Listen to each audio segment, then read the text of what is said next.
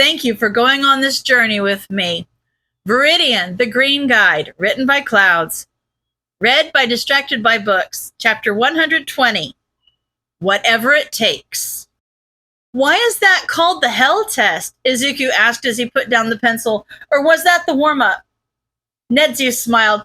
Oh, this is going to be the most fun I've had in years. Izuku looked around the office. Was there any other paperwork we needed to do, or... Nope, Nedzu chirped. You are officially a student of UA High School, and all that's left is to give you your uniform. Izuku blinked. Oh, I didn't realize I got a uniform. Nedzu smiled a little wider. Of course you get a uniform, Viridian. You are a hero student after all. And don't worry, our support department is already working on an updated version of your vigilante gear so that you're not fighting villains with just a hoodie and some things anyone could pick up at a hardware store. Also, our marketing department is going crazy with glee, designing a suitable merchandise line. In fact, they already have pre-orders. You are quite a memorable hero, young Midoriya. Izuku blushed. Thanks? I don't really think so. Nedzu didn't let him finish his self-deprecating thought. The plan was to have you arrive near the end of homeroom so that Aizawa could introduce you, but you finished my test faster than even I expected, which is excellent and leaves you a bit of time to explore if you so choose. Okay. Izuku gestured to his ankle monitor. This won't start freaking out, will it? Oh, you'll be fine. Nedzu waved his hand dismissively. Now, go get dressed. I want to show you the tunnels. Izuku had been mildly concerned about getting dust on his brand new uniform, but Nedzu apparently kept the tunnels fairly clean. Plus, even if he did get some dust on it, it couldn't possibly look worse than whatever he'd done to his tie, so he wasn't too worried. So far, he'd found his way to the cafeteria, then a huge concrete training room that probably had something to do with Cementos' work, and finally what he assumed was Class 1B since he recognized some of the students from what little he had actually watched of the sports festival. But Eraserhead wasn't the one teaching. From the map he'd hacked into before Eraserhead had realized what he was doing and confiscated his laptop, both hero classes were near each other, so he should be getting close. Izuku just kept wandering, occasionally looking through the vent-shaped openings that let him see into the rest of the school, until he heard Eraser's voice. It didn't take long after that to find the right classroom and peek inside to see Denki spacing out during whatever Eraser was trying to teach. Izuku giggled silently to himself and worked on finding the best way to get into the classroom. Sure, he could probably just exit out into the hall and enter through the door, but that would add an unnecessary step, and besides, where was the fun in that? Plus, this way he could figure out where his classmates were in terms of observational skills and situational awareness, so that he would know where they needed help. If they let him help them, that is. There was a place near the back of the class where one of the squares of the drop ceiling was able to be removed, and Izuku silently pulled it to the side and dropped onto a short bookshelf in the back of the room. Eraserhead sent him a tired glare, but Izuku just grinned, so he rolled his eyes and continued with his lecture without missing a beat.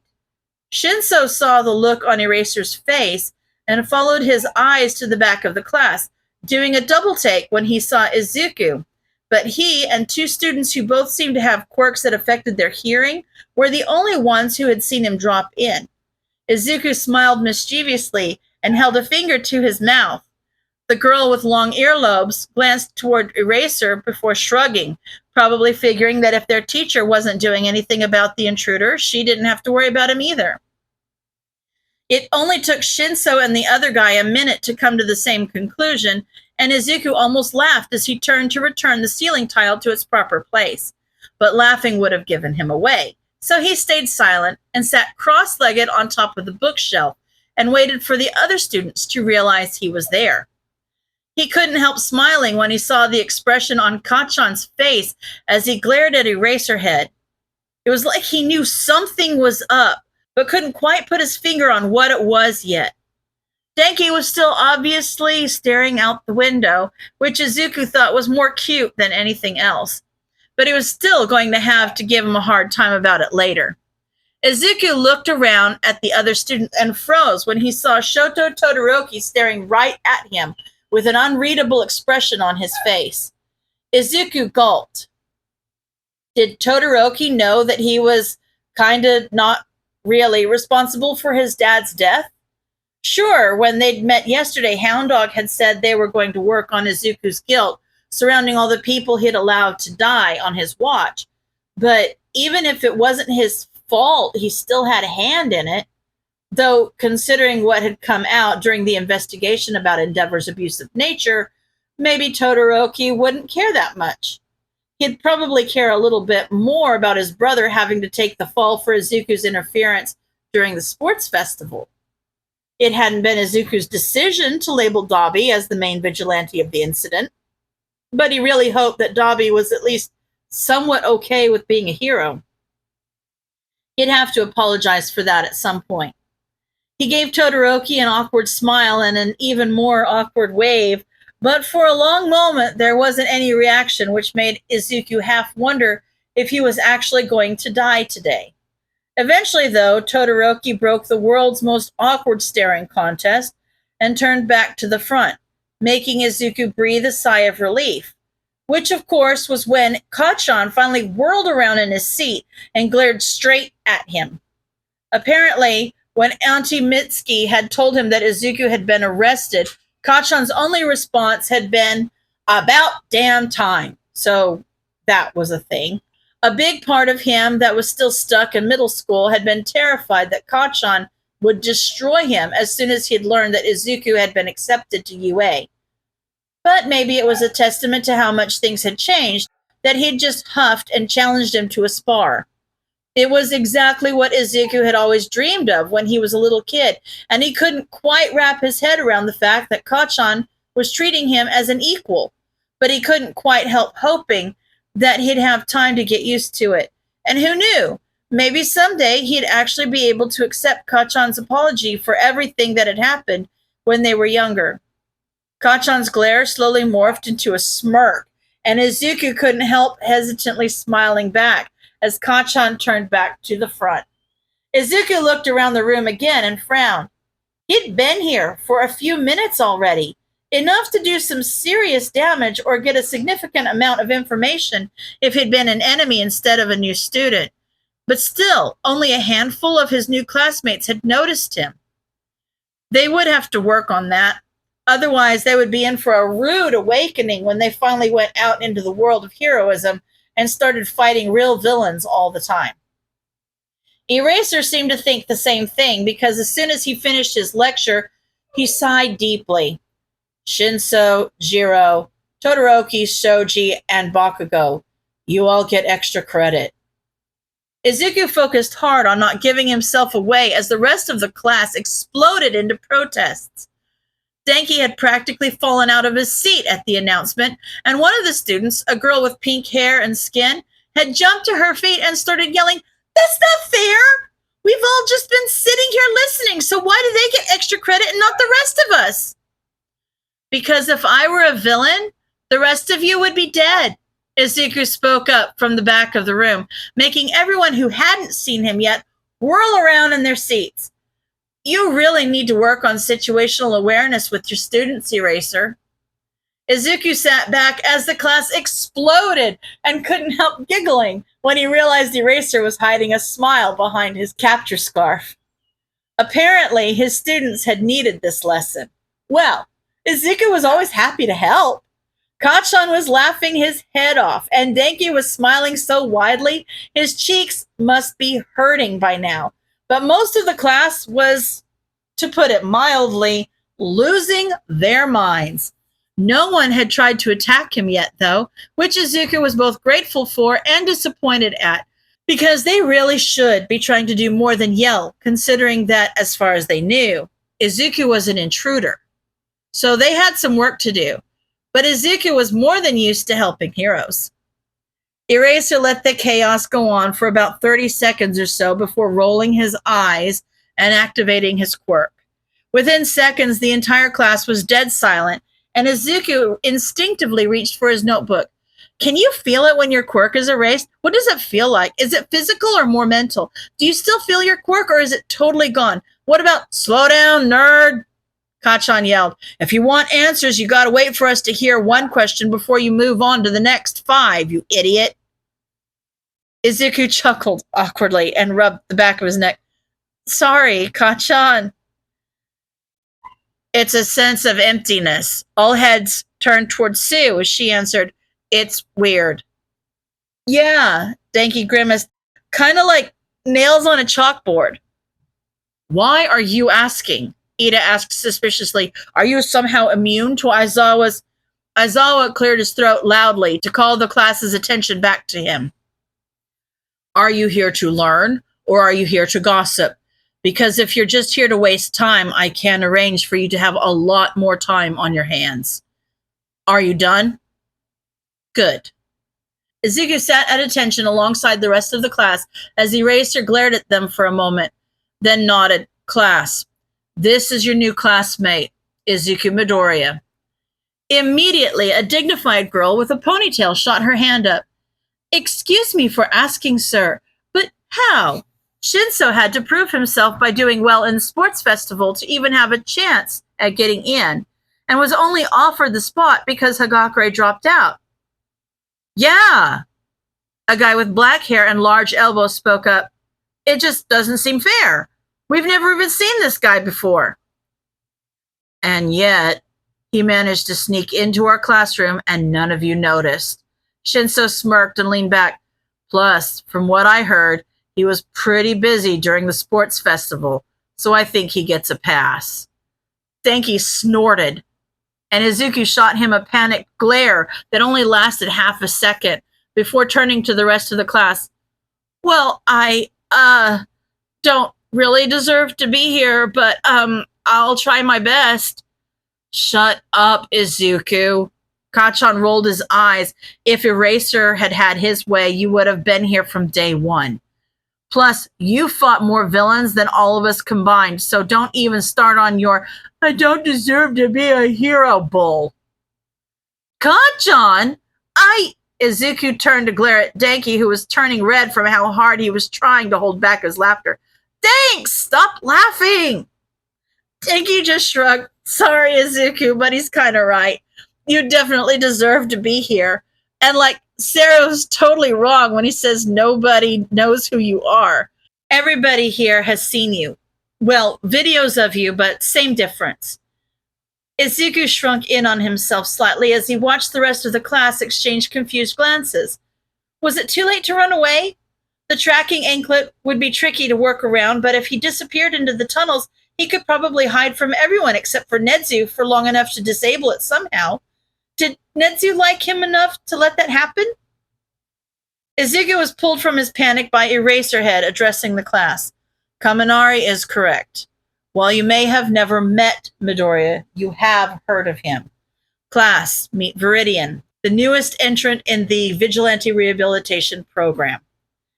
If Izuku had thought the class's reaction was explosive before, it was nothing compared to their reaction at learning he was a well-known vigilante. It shouldn't have surprised him so much, but Izuku still found himself reaching for his weapons like he was preparing for an attack, only to realize they weren't there.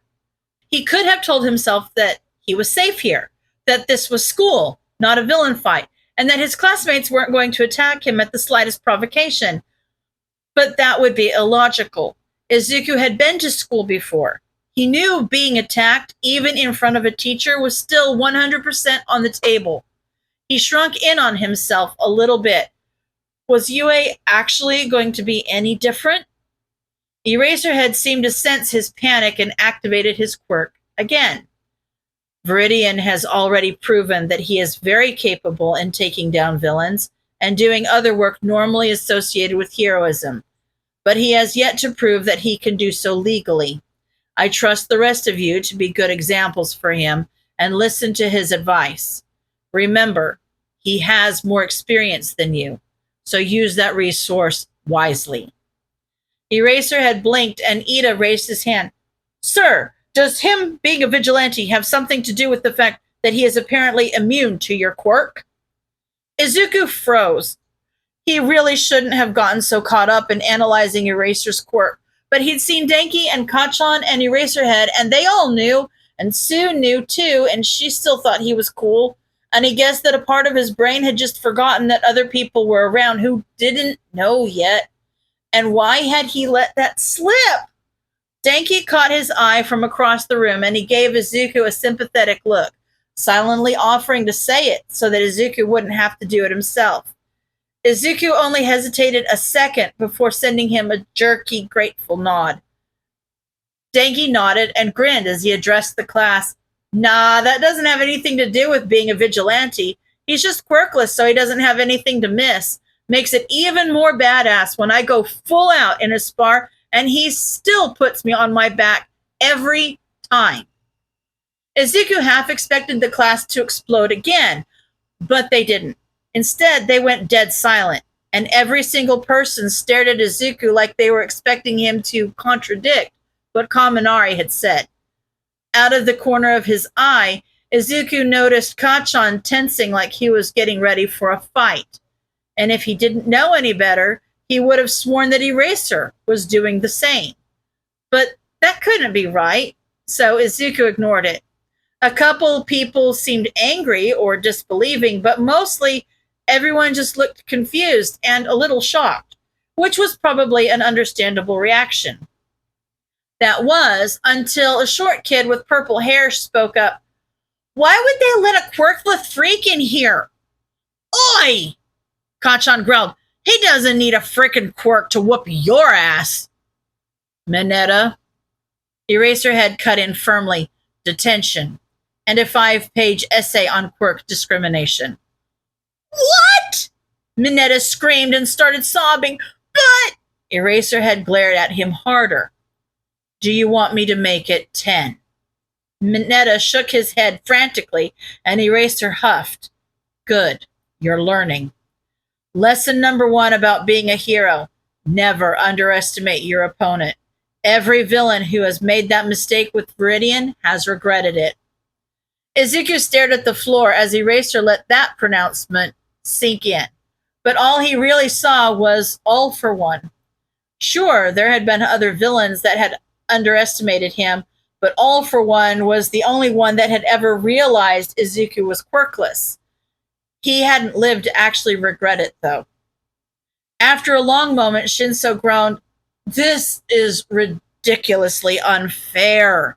How do you know quirk so well if you don't even have one? You probably know my quirk better than I do, and you've only met me once. Izuku blushed. Well, I always thought quirks were really interesting, and the science behind them is pretty cool. So I've been analyzing them for a while, and it's really useful for investigations and things like that. I bet an outside perspective helps you see things others can't. Sue croaked. You don't have anything to compare it to, so you automatically keep an open mind. That's pretty cool, Midoriya. Izuku blinked a few times, then found himself actually smiling. Thanks, Thank you. Yeah, Denki let a handful of lightning play across his fingers. Izuku knows, like, everything about quirks. I'd still be frying my brain on the daily if it wasn't for him. Kacchan gave him a teasing look. Is that why you asked him out? Denki turned a brighter shade of red than Izuku had thought possible, and pretty much immediately, the pink girl slammed her hands on her desk. Your mystery boo is a vigilante? Kaminari, you need to tell us these things. Izuku giggled as Denki stammered through an apology, then he glanced around the room until he accidentally made eye contact with Eraser, who raised one eyebrow and silently mouthed, Are you all right, problem child? In spite of himself, Izuku nodded.